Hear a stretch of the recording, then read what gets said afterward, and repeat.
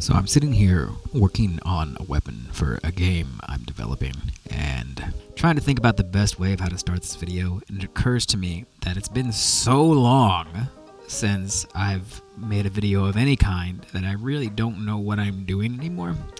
So I figured that I would probably just start talking and hopefully something kind of comes out of it.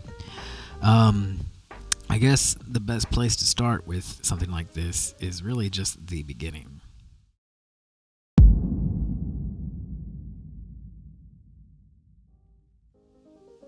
So there is a relatively new platform that is out called MapleStory Worlds, and if you don't know what that is, I don't fault you for it. I didn't know what it was, and I've since had to learn about it.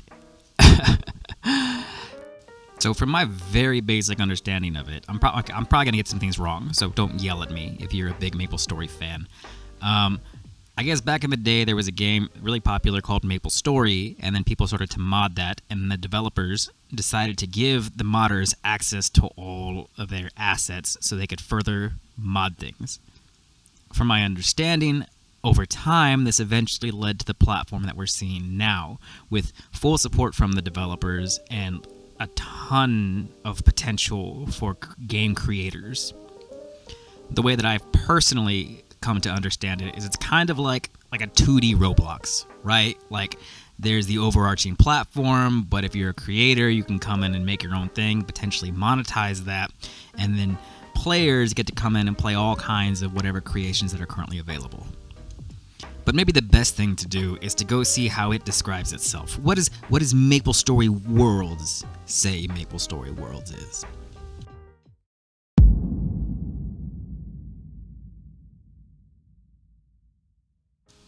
So let's learn together. What is MapleStory Worlds?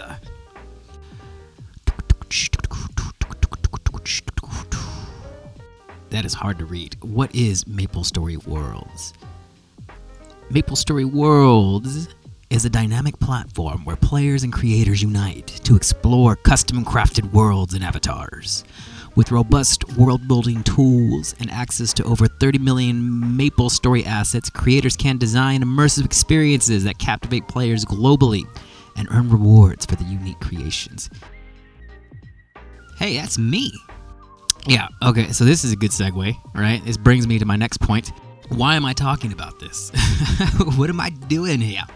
Well, to make a long story short, some time ago, I participated in this game jam. Did alright, got the attention of this company, who offered me this opportunity. Now, upon further examination of all the details, I realized that a lot of the documentation was still in Korean, which I do not speak. I couldn't really find any videos, like in English, regarding on how to develop for the platform. They use Lua as a primary coding language, something that I've never touched before in my life. So what, my friends, is a simple, lowly, solo indie game dev to do, other than my absolute friggin' best?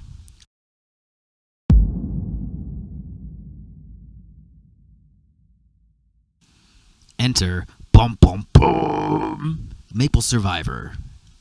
When putting together the ideas of something that I could feasibly create in a short time frame as a proof of concept, something that I could wrap my head around logically, knowing that I still have to learn the language, I still have to learn a whole new platform, I decided to shoot for something that's relatively simple, albeit been done like 1.5 million times.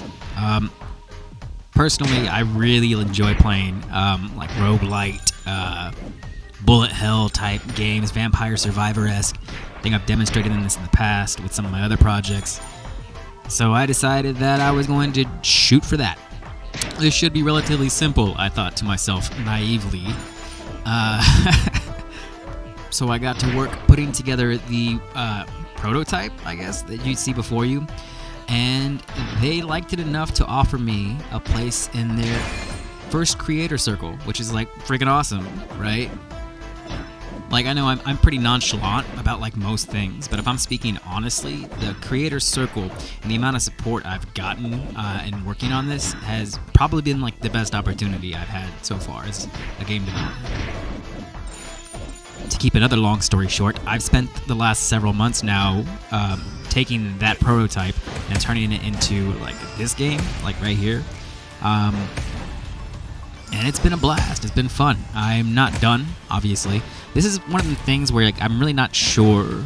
Like, I wish I would have started making videos about this process earlier on, because so much now has been done, and there's so much I would like to talk about, but it's too much to shove into like a single video, especially when I haven't even introduced the platform. I haven't even made a video in forever, right? So, I guess the next question is like, why should you care? You know, this is completely different than the type of games, I guess, or like this is completely different than like the style of games I've made previously. Obviously, it's chibi. It's not Unreal, so it's like completely different. And yeah, so why should you care? Well, hopefully because you like me. And if that's not enough, then having the opportunity to see like firsthand experience into this journey into a new platform, that sounds pretty good, right?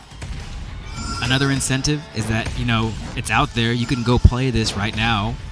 It's in a playable state. It works, hopefully. If it breaks, please tell me, because I'll fix it. You know, this is an ongoing process, so I mean, there will be opportunities in the future to maybe influence things if, you know, people are interested in that kind of a thing, you know? I think that's another benefit of doing things in this style as opposed to my last projects where, since you guys are constantly being able to play any updates I make, I can adjust things based off of feedback in, like, real time, which is pretty awesome. Another thing I would like to start doing, though, is I'm comfortable enough with the platform now where I feel confident that I could start to relay information to people who are interested.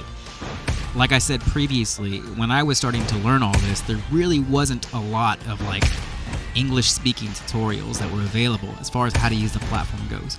And now that I've had my hands on it for a decent amount of time, I do firmly believe that this platform is a golden opportunity for people who are looking to maybe dip their toes into game development. A lot of the ways things are structured is ideal for maybe somebody who wants to start learning how to make games, learning how to code. Lua in itself is a pretty simple language. It's not very complex. If you're an advanced game developer, it might feel kind of hand-holdy. But if you're newer, then it's great, right? It makes it so it's harder to make really big mistakes. The platform has an app, but you know, it also has its own built-in IDE, so you don't have to worry about things like downloading Visual Studio and having all these external programs and packages that you have to install prior. It's all right there. It's all in-house. I mean, it's pretty awesome. So as I continue to develop these devlog videos and expand upon my project and show you my progress, I would like to also continue to maybe share snippets of information I learned that I think is useful. And if none of those reasons are good enough for you, and like none of this stuff is interesting to you, that's okay. You know, I get it. You're still a cool person. I guess I'll just see you on the flip side. But to everybody who wants to stick around, you know, welcome. I look forward to the opportunity to try and make interesting content. I have always had one solid pledge, and that is to be as okay as I can be.